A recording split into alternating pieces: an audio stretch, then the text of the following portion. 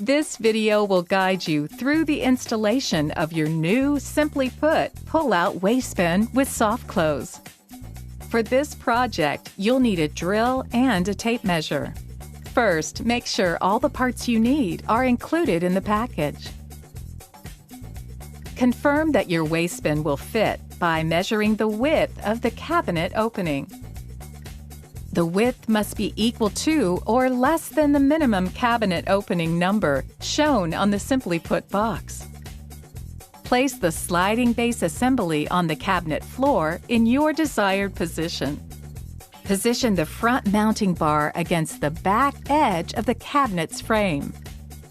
If you're installing into a frameless cabinet, measure 1/2 to 3/4 of an inch back from the front of the cabinet opening and align the assembly parallel with the cabinet opening. Close your cabinet door and make sure the assembly doesn't hold the door open.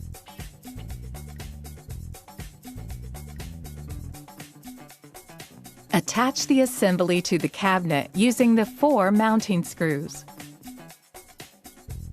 Fully extend the slides out of the cabinet to install the wire cage, or the rear wire cage if you purchase double waste bins.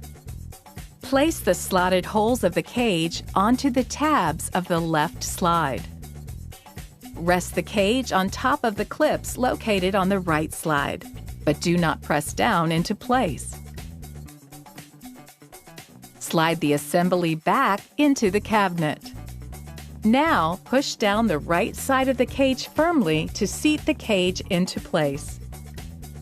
Install a cage locking clip. If you have a double waste bin, repeat these steps for the front bin.